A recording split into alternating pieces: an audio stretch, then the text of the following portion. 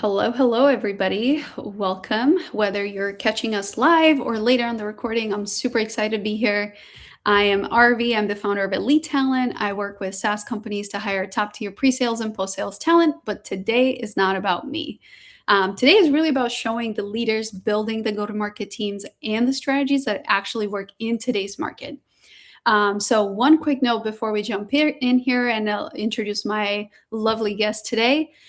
These conversations are live and intentionally unedited. So what you hear here today is real and exactly how it happened. We obviously stream this live, but you also get to catch the replay on our podcast across Apple, Spotify, YouTube, or wherever you listen. If you get value from the conversation, make sure to follow, subscribe, or leave a review. I personally always read every single one of them. With that being said, today I'm super excited to be joined by Yotam. He is the sales engineering lead and onboarding manager for Rep AI. He has a strong track record in the space. Thank you so much for being here, Yotam. I'm very excited to hear about your story and all the value you're going to share today.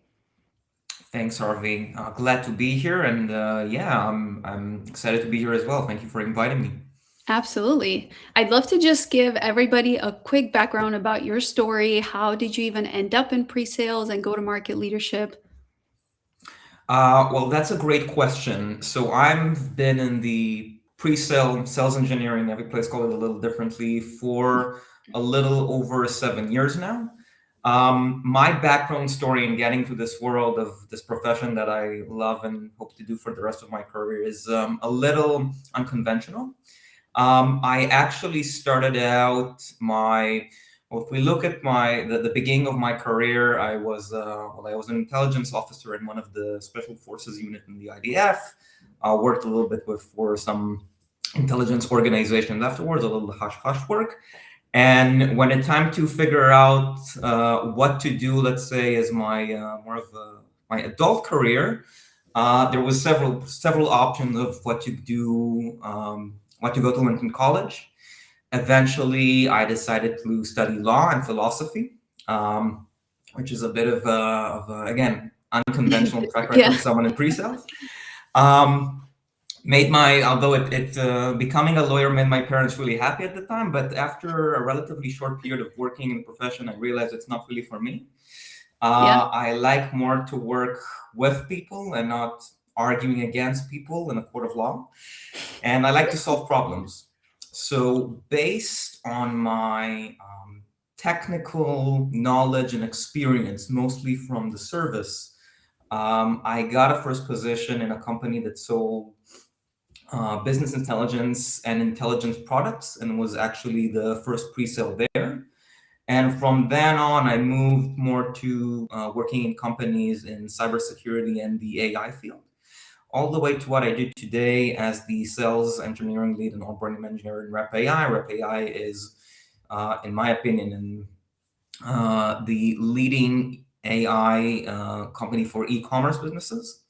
So we help to solve by basically creating, let's say, a little bit of a ChatGPT experience for our customers within their website. And as part of that, I'm in charge of all of the pre-sale elements as well as the onboarding.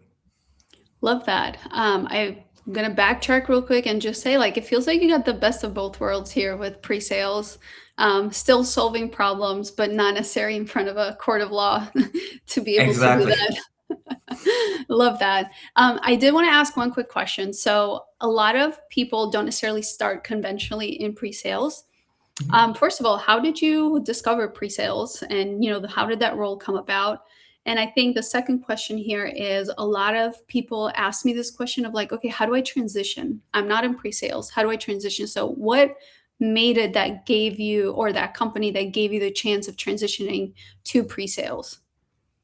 That's a great question. So I think, and this is a theme that I always speak about when it comes to the pre-sale profession.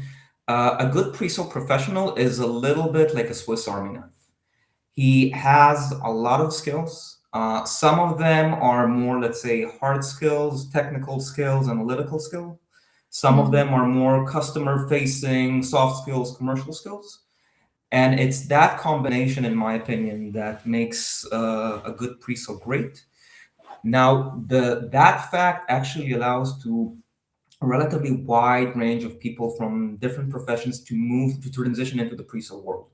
So even if you were, let's say, more in a technical role, a developer, an engineer, an analyst, you have that technical capability and a technical know-how and the understanding of how things work in the back end, and you can maybe just improve a little bit of your soft skills, of your more commercial skills, and transition into that world.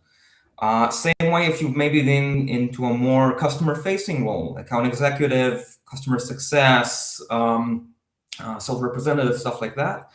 It of course depends on the company and the role, but it's really easy today to expand your knowledge on technical elements. You don't have to necessarily go to college or university and get your CS degree or an engineering Right. degree. There's a lot of courses and options to increase your knowledge. And in that case, all of the soft skills that you've incurred during your career can be very helpful. Now, I do see, and I mentor a few people who are interested in transitioning into the SE world, that that range of that flexibility in professions can be really helpful. In case of, let's say, more junior roles, it's sometimes a little bit more difficult, but I do see people getting into sales engineering roles after they've been as part of support teams, as sales development representatives, developers. So the case always happens to transition into that position, regardless of what your previous career path was. And I think I'm a good proof of that. Yeah, I totally agree with what you said because at least even the clients that we work with, it'll be times where they just want somebody that was strictly a software developer, right? And they want to get into pre-sales or more customer facing. So I don't think that there is like a wrong background to be in, especially for pre-sales, because like you said, it's such a Swiss Army knife type of role. So a lot of people can fit into it. And I will just add on top of what you said that if you are looking to break into the space, the easiest way is to go after the vendors or the types of companies that you already have experience with and go after those first, right? Or whoever you've used the product with. So at least you have knowledge of that product and it can make it a little bit easier to transition. But yeah, I love how you broke that down. Thank you for doing that. I do want to shift gears more into your actual role now and enablement and all that fun stuff. Obviously, you're working for a smaller startup. I think one of the biggest things when it comes to startups is that enablement is often informal. Is there anything that usually breaks first when there's no clear onboarding or enablement process in place when it comes to either a current team member or to team members or as you're hiring new ones? Sure. So basically, and this is in many cases the challenge in small startups, is that there isn't necessarily a strict guidelines or a static process. Now, based on my experience, what I usually see that breaks first, especially in the sales side, that it creates more friction and makes the process lengthier. And as one of my previous managers told me, time kills deals. So even though everything is possibly working well, it's working slower, and there is that eventually lead to lower win rates. Now, when we're looking at it, let's say after the deal has been closing and it moves more to the CS side, and the onboarding and enablement is a little bit more on, let's say, advanced training on the solution or the platform for the customers. If there isn't a steady process there, it usually, again, in my experience, reduces the customer's confidence with the system and with their ability to use the system. And that creates more workload on the support team, on the customer success team, to try to solve problems for those end users, and again, increase the churn risk. So basically, and it's something that is usually a work in progress in small startups, but step by step we're getting there. When we create those processes, we shorten the sales cycles, we create more confidence with the platform and for the user to use that platform, and reduce the churn risk on the long run, because the user knows how to use the system, understand the system's value, and in many cases even enjoys using it. Yeah. Very, very, very cool answer. And I definitely tend to agree with it. I'll kind of piggyback on this one because it kind of relates to my second question is obviously you wear multiple hats across sales engineering and onboarding and customer success. Is it what you just mentioned that really tends to have the biggest impact on whether a deal actually sticks or not, or is there other parts of enablement on how owners or founders or even leaders in the space can try to prioritize in your experience? Well, I think that again, in the case of sales engineering, of pre-sales, as we wear those multiple hats, we need to be the main point of contact and the main pivot, Hmm. both when it comes to the sales cycle and a little bit after when it moves to CS. Now, we're focusing on the onboarding elements in the when the sales cycle is still on. It is still like in all of the standard POCs or POVs or trials, is proving the value, proving Hmm. that the system really works, that delivers the value and the result that we want to show, and being a little bit more hands-on with explaining the customer how everything is done, doing a lot of the elements for them, but still with a little bit of I wouldn't say educational, but in a training capacity to some extent. So explaining that when you move forward, you'll be able to do X, Y, and Z just like I'm doing. But here's how it works. Here are the results. When it moves to the phase after the deal has closed, and a little bit before the handover to CS is completed, then we're really getting into the nitty gritty. Then you move more from let's say a parent who teaches their children how to walk from afar to a Yeah. trainer that needs to run with them the miles, that needs to score the goals with them, that need to show them how everything is done so they'll be able to do it in themselves. So, Yeah. well, bottom line, well, in the sales cycle, it's more about, okay, here how it works, here's the value, a little bit of this is how I'm going to do it for you. When we go into the real onboarding, to the advanced training, this is how we teach them how to do it themselves. Yeah, yeah, very true. Is there any common enablement or onboarding mistakes that you see teams make that either slow that adaptation or hurt long-term revenue for the company? I would say usually, let's say, misalignment internally or problems with communications. And this is both in cases with, let's say, internal GTM teams, as well as Mhm. internal technical teams, like the product and R&D. And I'll give, a very short example that I experienced in the past.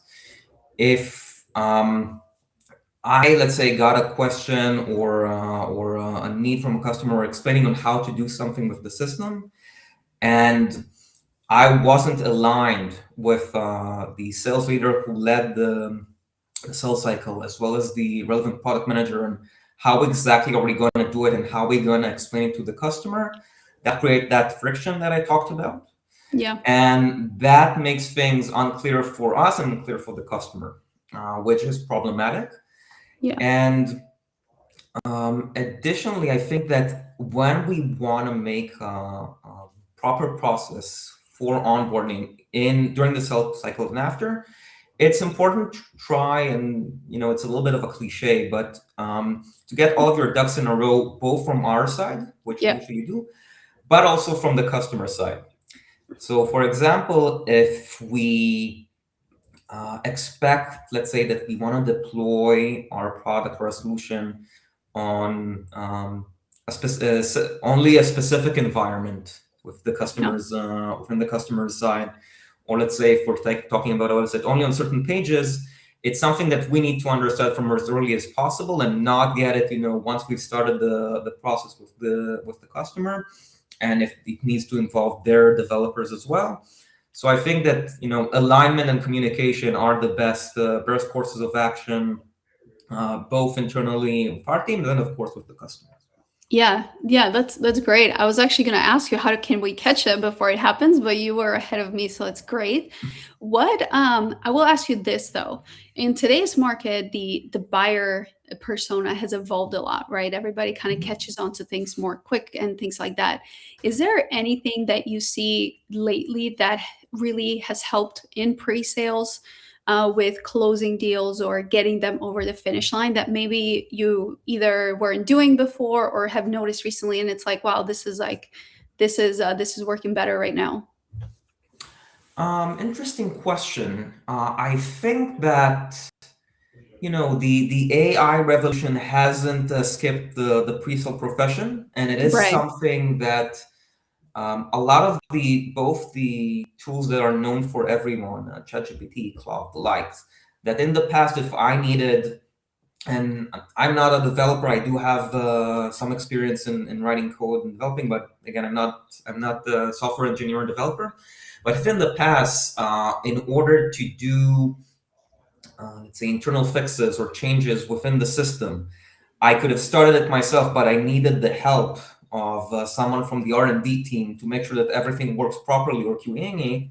Now I can do it much more easily and faster than I did 5 or even Before. 2 years ago. Yeah. So that's one element. Additionally, when it comes to a lot of the, let's say, in between missions that are more of I don't know. I wouldn't call it like emails, like messages, like correspondence with the customer, Yeah. drafting elements. AI is of course helping.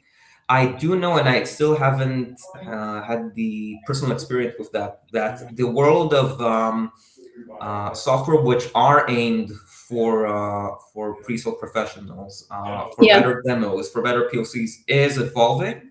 I had some experience with that, which was helpful, but I believe that we can still see a lot expanding in there that can be helpful.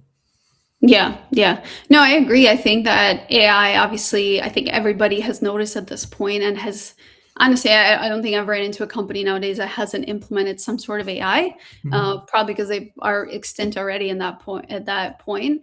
But it does give you a lot more capacity, right? It helps speed Mhm. up your process in your role, but also the sales cycle. Like you said, if you just had this one quick question that a software developer or software engineer can solve, but I can ask AI and it can help me Mhm. solve it in the spot as I'm on the call with the customer, with the client, then that will help me get that answer instead of saying, hey, I'll get back to you. So yeah, I agree. I think AI has been really, really awesome in that regard.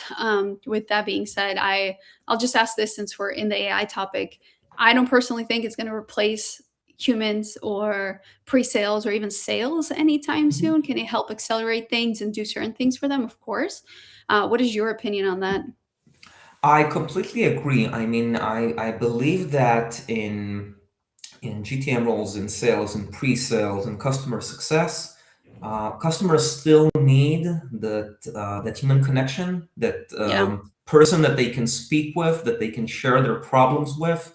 That one of the things that I've experienced with AI is first, AI is very eager to please sometimes, Yeah. and which is great, but sometimes you need to know how to say no, or we can't necessarily do it this way, but we can do XYZ.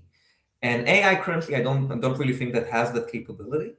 Yeah. So don't know if you've heard about the notion of what we call AI hallucinations. That because it's eager to please, Yeah. it sometimes twists the truth a little bit, which a human wouldn't and shouldn't It do. would. Yeah. And beside that, of course, that human connection, that close relationship, both in the sales cycle and of course in pre-sale and Yeah. customer success, I think is really important. And I don't see users and customers skipping it anytime soon. Yeah, agreed. I think the more AI the world becomes and the more automated, the more we crave human connection. Hmm. I was actually speaking to a different leader the other day, and he was saying how, of course, a lot of things are being automated right now, but people are craving that human connection more than ever. So even like in-person sales is kind of coming back because people like to see you, like to not feel you per se in the literal word, but in the subjective word of like see the person, see the company, all that stuff. So it's a very interesting buyer market right now in that sense. And in a funny way, I was actually at a conference and the HubSpot CMO was speaking, and she was saying how, we're trying to automate as much as we can. But if somebody were to reach out to me and I could tell that that is automation, that's a turnoff for me, and I probably wouldn't respond. So it's very funny how more AI, we need more human connection. Yeah, definitely. And I think, I think that the smart and really innovative companies will the one that will know to use AI with a combination of that human connection and to make the AI, um, I wouldn't say as human as possible, but more human than it is today. Yeah, I can, for example, tell you that the example that what we're doing, what one of our Rep AI solution is aimed to build a little bit like that sales representative that you meet when you go into a brick and mortar store.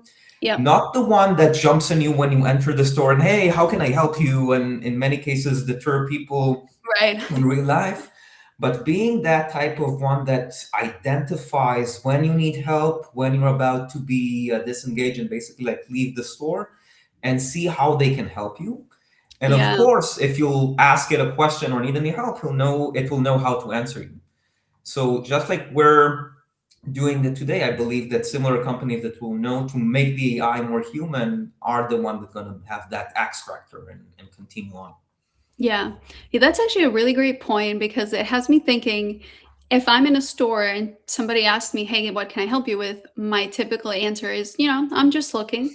Mhm. But I feel like if I have AI ask me that question, I might be more prone to actually answer what I'm actually looking for, because in my mind, I just, at least right now, I think, okay, AI can sell me. I can be open and honest to the AI Mhm. and they can actually help me. So I can see how that is useful. That's actually a really cool product that you guys have. That's pretty awesome. Yeah, definitely. Cool. Well, I would love to shift gears a little bit more into like the talent side of things. Mhm. So, when it comes to like enablement roles or even sales engineering, and in your case, obviously they're kind of mixed together, is there a trait that companies look for early on that is important for this role to have?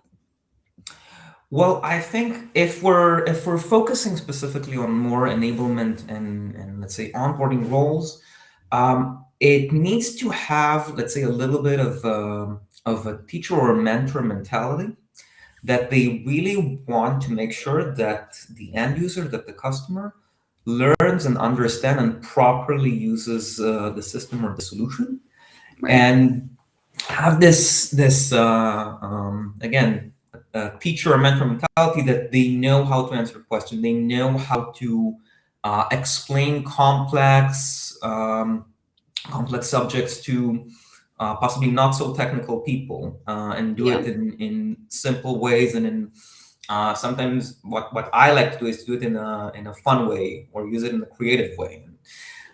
So I think that one of the most important traits when it comes to specifically onboarding and enablement sessions, Yeah. roles, sorry. And when we're talking about, I think that when we're talking about pre-sale and sales engineering roles as a whole, it needs to be, again, we're going back to that Swiss Army knife Yeah. example. A good pre-sale needs to know to wear both hats: the technical and analytical one, as well as the customer-facing commercial one, let's say.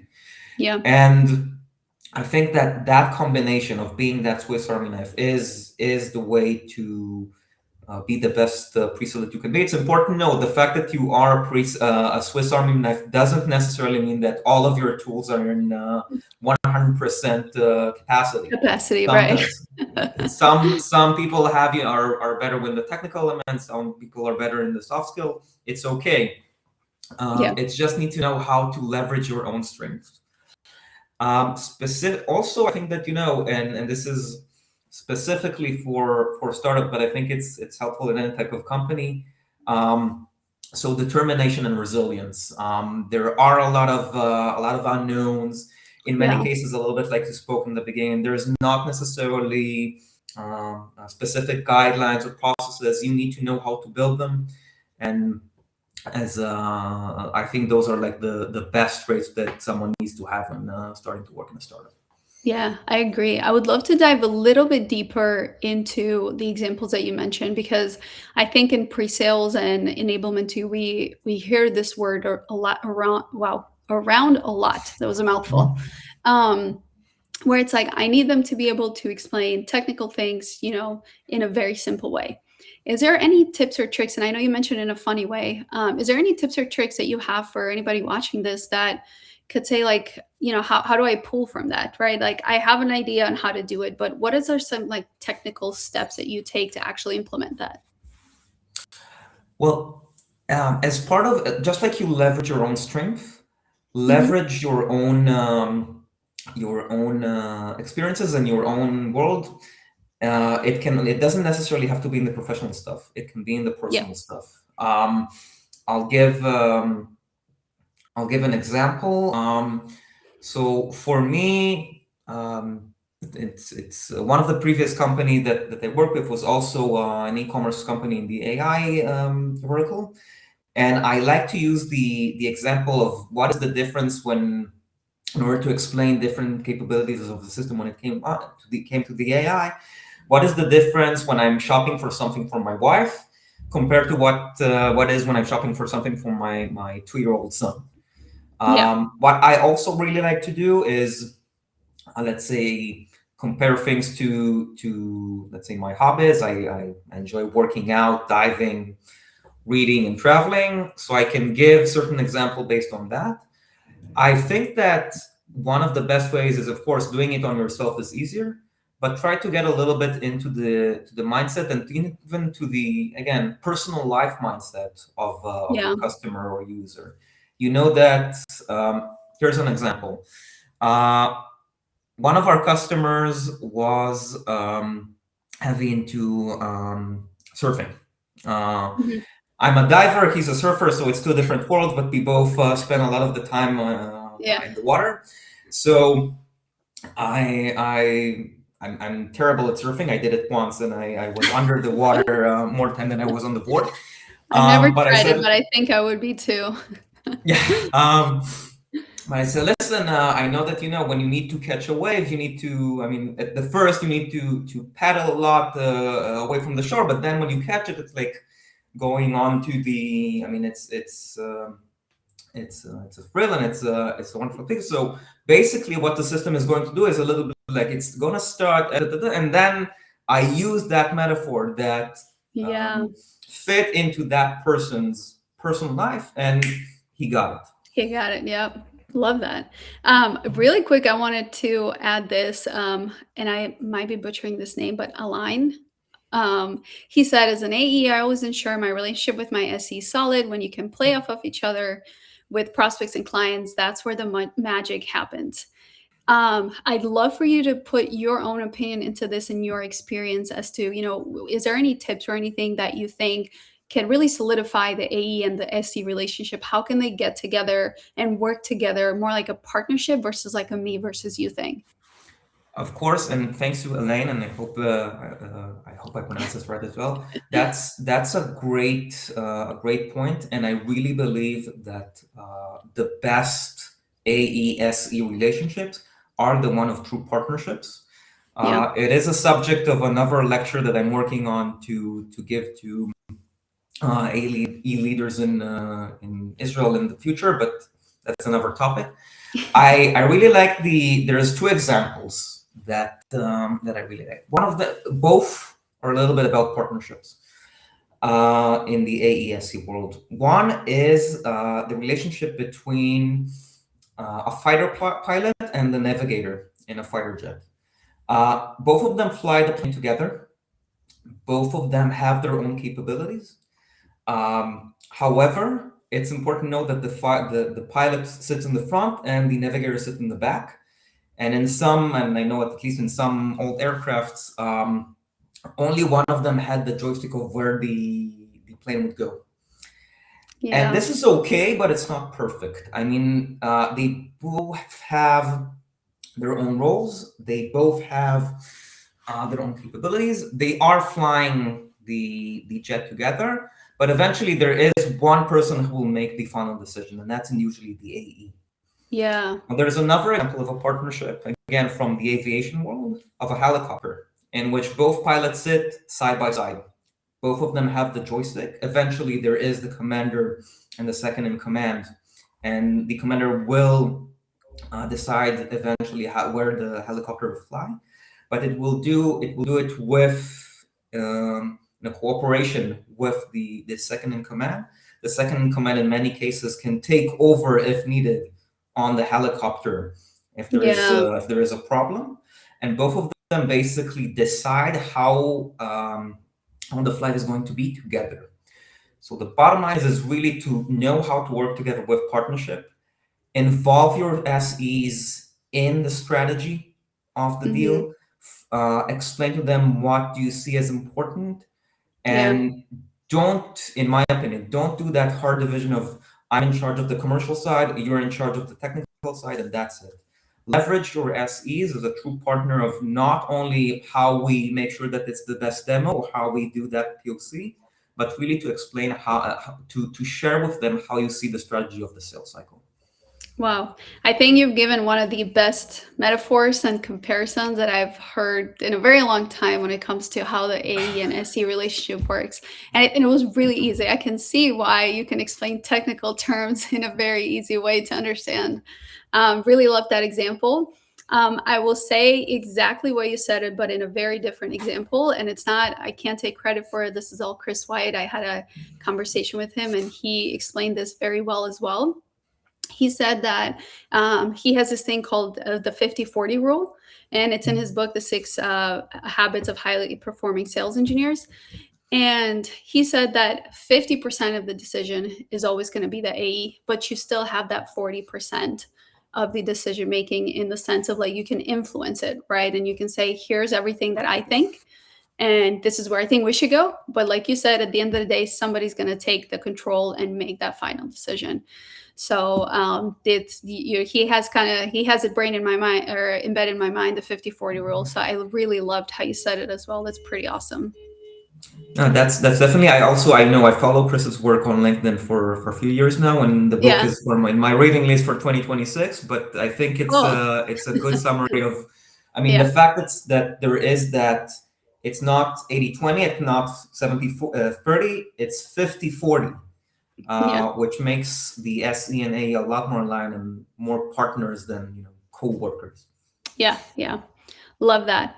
I wanted to ask this, and I think this is in a way controversial when it comes to leaders and candidates overall, but typically it comes down to the hiring process. Is Mhm. there a hiring process in your experience when it comes to obviously, the interview process that is kind of like the best of both worlds, right? You probably heard before candidates saying, "Oh my gosh, this is way too long of a hiring process," and then sometimes when it's too short, it ends up hurting the company and of course the person Mhm. that's hired if they get let go too soon and all that good stuff.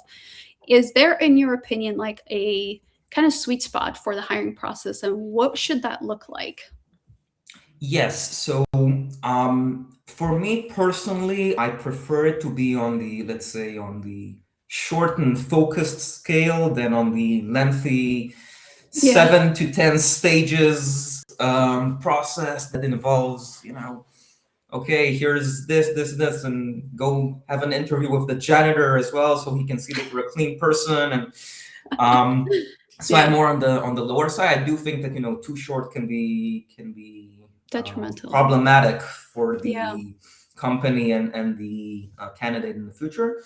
But I prefer to keep it focused, to make sure that we're not wasting the candidate's time, that we're not wasting our time. And usually I try to do it, let's say, up to 4 to 5 stages the most. I would say that the initial stage, and it of course depends on the size of the company. Larger companies have HR departments and recruiters and like, but if we're focusing on more medium to small companies, basically the first interview should be with, let's say, the hiring manager, the one that the candidate will work closely and on a daily basis and see if there isn't, at least an initial fit there.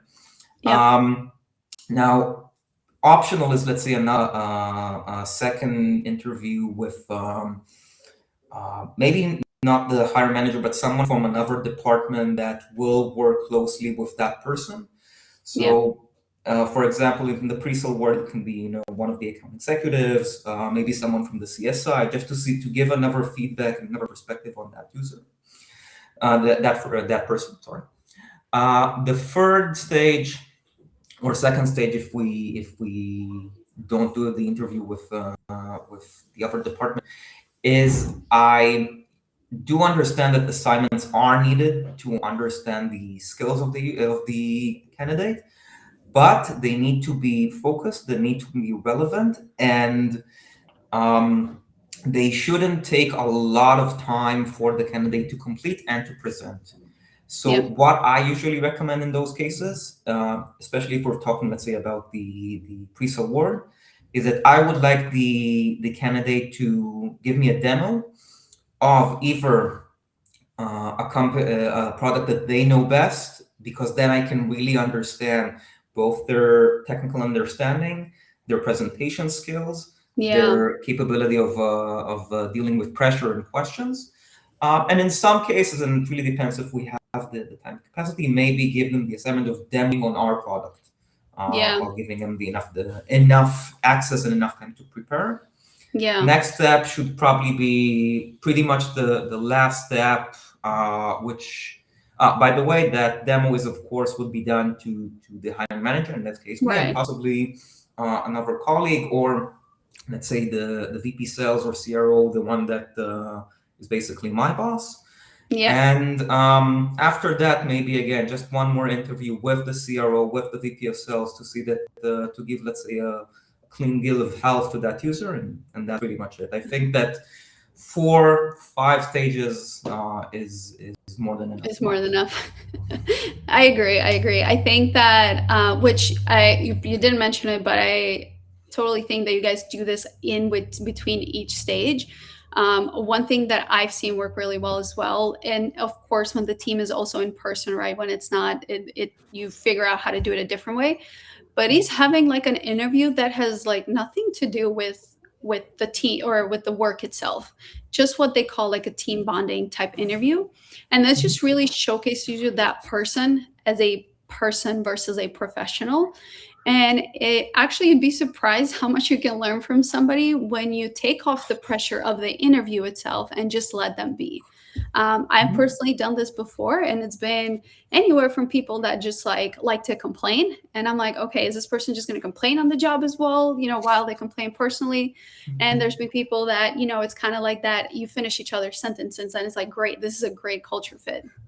Mhm. But I think that virtually you kind of do that on each stage of the interview, maybe a small talk in the beginning or a small talk at the end, where you start to figure out, okay, is this person a good culture fit or not?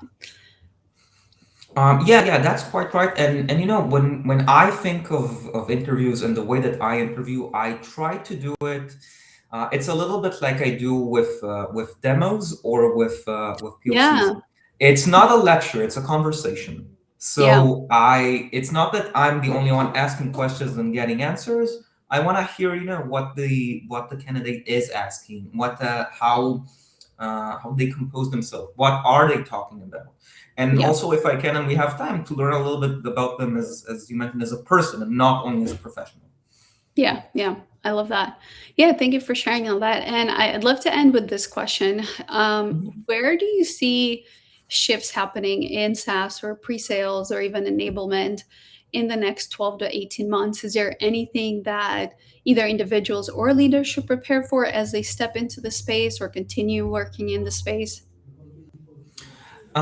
Great question. So I think, again, we talked a little bit about AI at the beginning and in the middle. I think I mean, we're not over the hype yet, but we do understand that AI isn't, let's say, a magic bullet that can solve everything.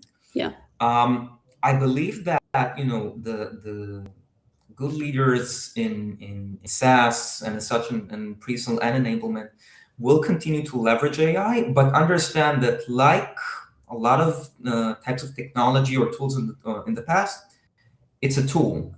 It's not a Yeah. silver bullet. It's not gonna completely replace humans and human interactions and human connections.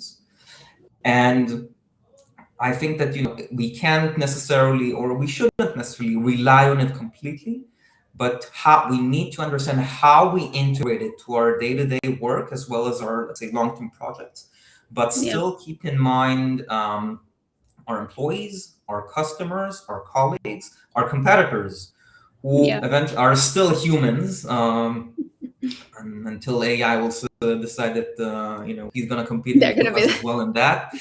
Um, so I think the really excellent leaders will know to do that combination yeah. with, again, continuing to use the AI as part of the process. That's cool. I love that. Yeah, I think it would be definitely an interesting world if the AI becomes the buyer persona. Yeah. Who knows? We might be heading there. Well, thank you so much, Yotam. This was awesome. Thank you so much for first of all joining, being super transparent, and just sharing a ton of value. There's a lot of notes to take from this episode overall. For those of you guys joining live, thank you for joining us. Or if you're catching the replay, please make sure to connect. Yotam, is LinkedIn the best way to connect with you? Yeah, definitely LinkedIn is the best way. By the way, I usually I like to increase my connection and always love meeting new people. So feel free to send me a connection request in a Yeah. DM. You're probably gonna get approved if you're not a bot. Love that. Now, watch out now. Your DMs could start blowing up, so we don't want that. Cool. Well, thank you so much again for tuning in, Yotam. It was great, and I'll catch you all on the next one. Thanks, Arvi. It was great meeting you and great being here. Thanks so much. Thank you.